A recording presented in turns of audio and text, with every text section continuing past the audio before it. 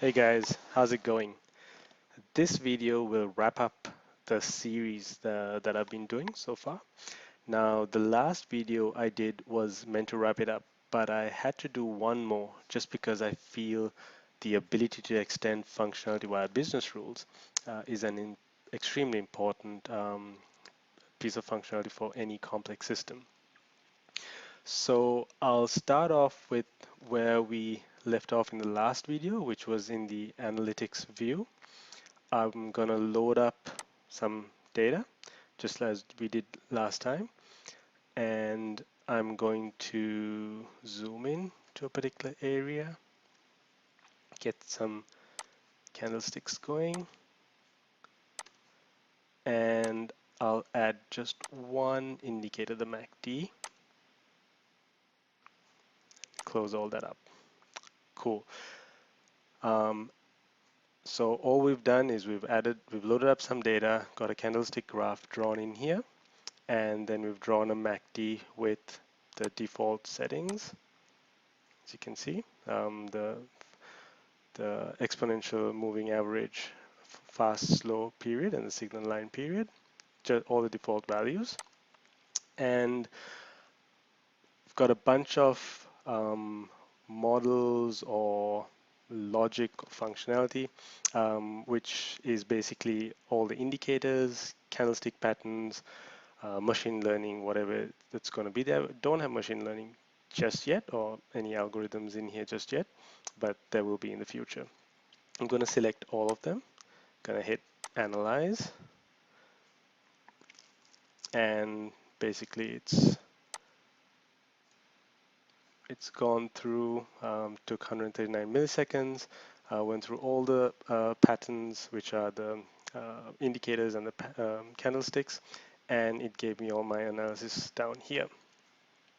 Want to display the analysis or the signals that have been generated just for this zoomed in period, and let's choose the MACD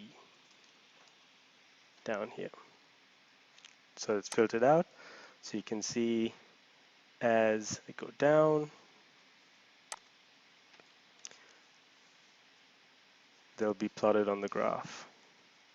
Now all I've done here is for the MACD, for example, is I've taken this candlestick data, run it through the MACD model, through the technical analysis library that I'm using, and instead of drawing the results of the MACD on the graph, I've used some custom logic in the application in order to get these rules out. And that's where the next part of the demo kind of goes into for today. So what if you don't want to use the application's logic in terms of generating these signals? What if you wanted to build your own custom logic? And that's where today's demo kind of focuses on. So I'm going to hit build rule here. And all that's going to do is invoke another view, and it's going to pass these models into that view along with the data. Don't really need the data, but I'll show you why it loads it. So I'm going to hit build rule. Yep, so you got all the models in here. Let's remove all these models. Hit refresh.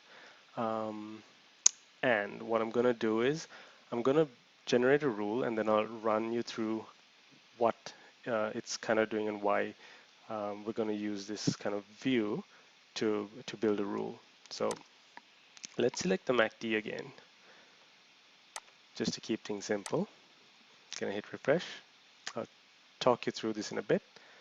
And I'm going to load a rule that I've saved.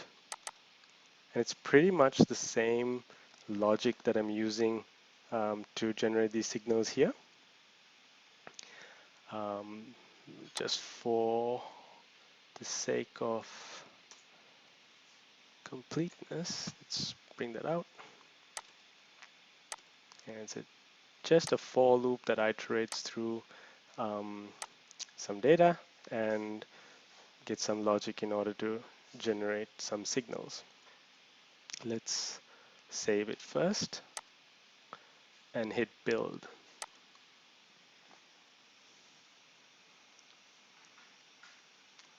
Cool. So the rule has been built, and basically what I'm doing here is um, I'm initializing an object, which is this MACD here, and basically I'm passing the data, which is all these candlesticks in here, through the rule, and I'm populating these properties in this particular object or variable or placeholder, whatever you want to call it, so that I can access it within the rule. So the data has been passed in, it's gone through the technical analysis library, the output has been stored in this object here, and then the rule here is going to be, so this is initializing this object here. It's populating the MACD data into these um, properties, and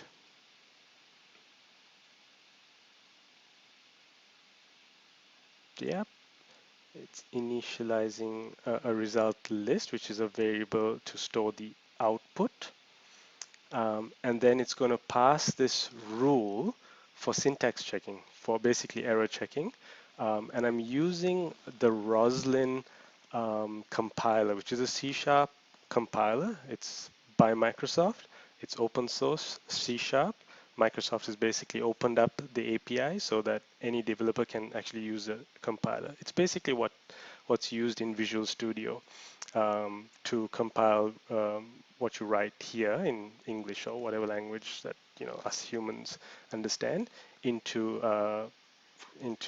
binary or the language that computers understand in order to run applications. And basically, it's run this logic through the data that I've loaded in here, and it's actually generated 324 signals. And that's the only reason we load the data in here, just so you can see that the logic has been run and something has been generated. Now, what it did behind the scene is um, it built this rule and it saved it. And if I now close this up, and as you can see here in the search, it supports indicators, candlesticks, and later on machine learning algorithms. If I go, say,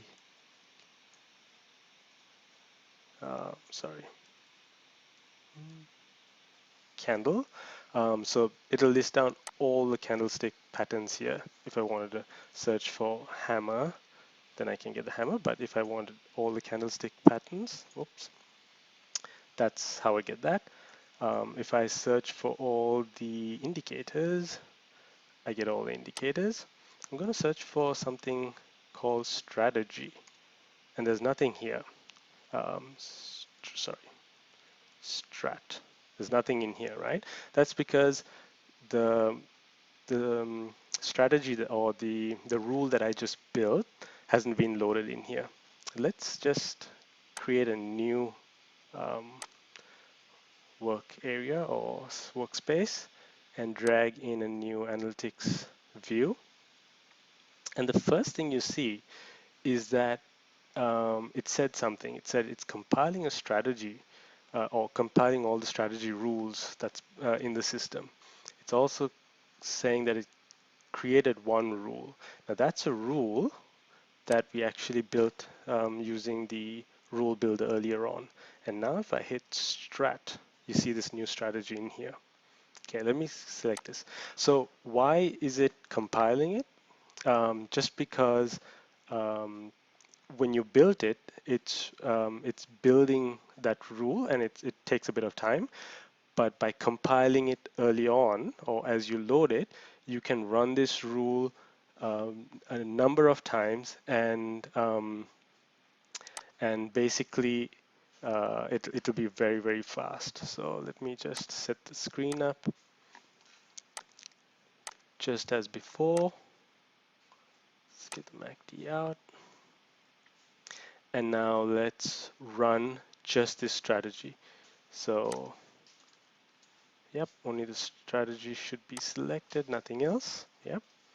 And if I hit analyze now, that took 6 milliseconds. It's just a MACD, but it took 6 milliseconds and it generated 324 of these signals in here. So if I go in here, show me all these. Yep. Yep. So every time, so here I'm just using loaded data, but if the data was streaming, right now it's not going to be streaming, or I'm not using streaming data, but if it was streaming, basically I keep running this strategy. And if I'm getting, data streaming data every second, 6 milliseconds to go through, 4,308 candles in this particular example, but probably it'll be less, who knows, more if you're loading much more uh, amounts of data. I haven't tested it with loads of data, but this is um, quite a bit even for a single day. And you can generate all these signals as the data comes in order to, generate signals to say buy or sell or whatever that logic was to say or was to do basically. And the logic could be anything. So for example, I can go into build rule and I can select any number of patterns or machine learning algorithms or whatever that is, and I can mix and match. So I can say, hey, if the MACD, so for example, I want the MACD, um, select that, and I want the RSI, for example. I use the RSI to also generate patterns, and let's say, I don't know, candlestick pattern, Harami, okay, yep, and let's hit. So what happens is the data will be run through all these models, and it will give you these variables. If I hadn't mentioned before, I'm using the Avalon edit control here. It's a C# control built from C# and it's open source. It's really pretty cool. It has all the features I want. It has numbering, word wrap. It has all the neat features to cut, copy, paste, etc.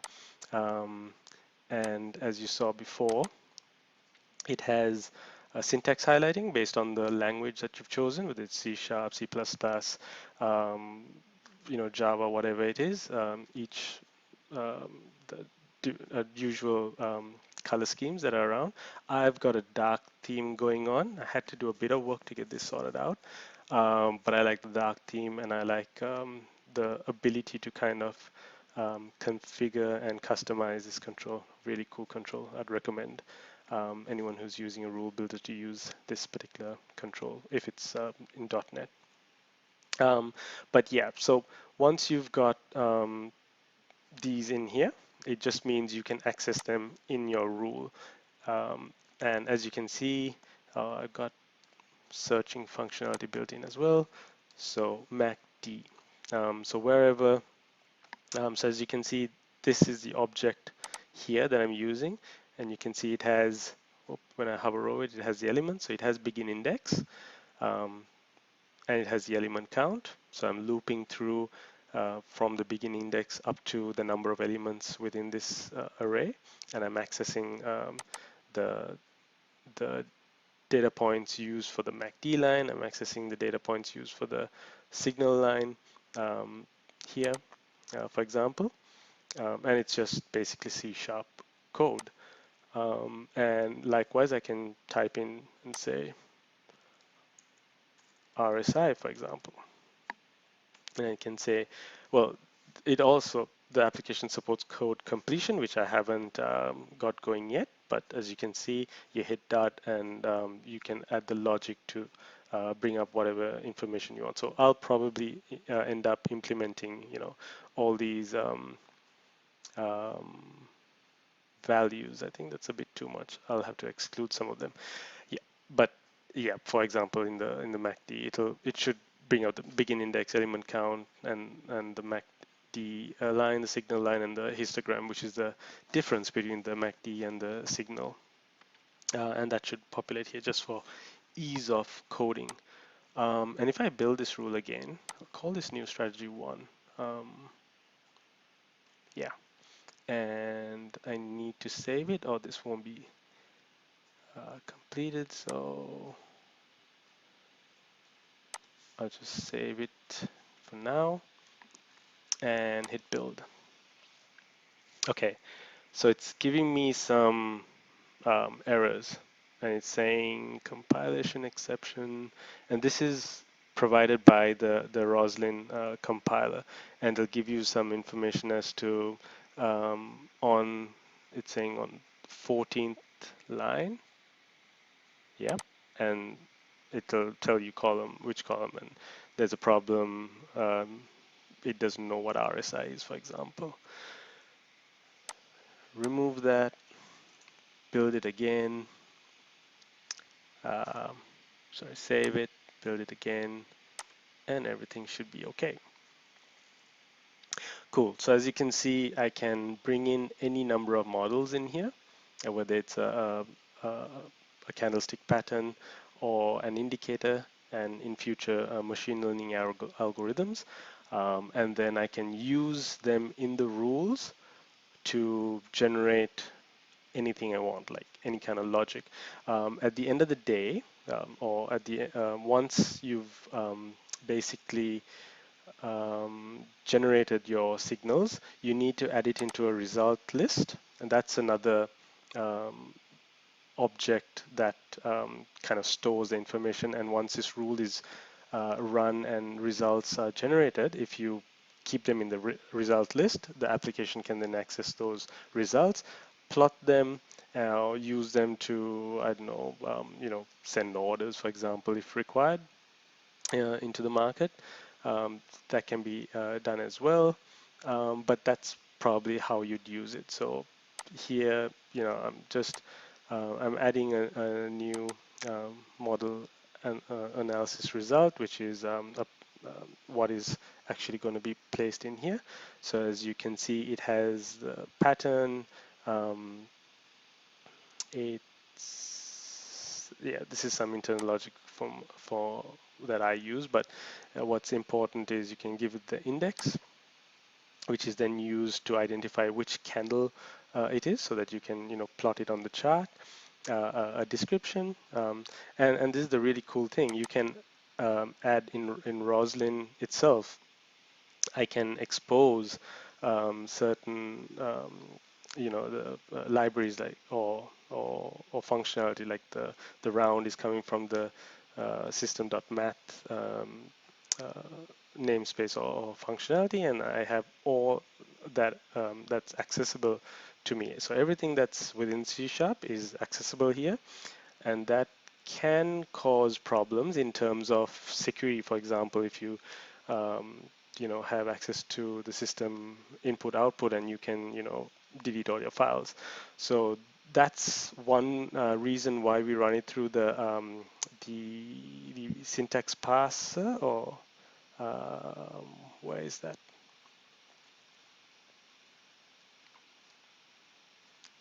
Yeah, so so how it does the syntax checking is actually it passes this code into a syntax tree, again, which is supported in Roslyn, which just means you can it's basically it structures the code in a way that um, that can be understood by any system. So you can actually traverse through the syntax tree, and you strip out any using statements that brings in functionality that you don't want used.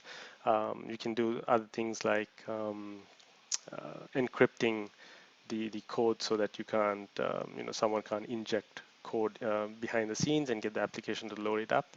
Um, Although if someone has access to your your operating system, you know kind of they can do anything anyway. Yep, so that's pretty much it in terms of the functionality. And yeah, hope you guys found that interesting. um, Again, like I said, this is going to be the last for the series. If you have any comments, please feel free to share it on in email through the to the website or leave a comment in this YouTube channel. Thanks for watching, guys. See ya.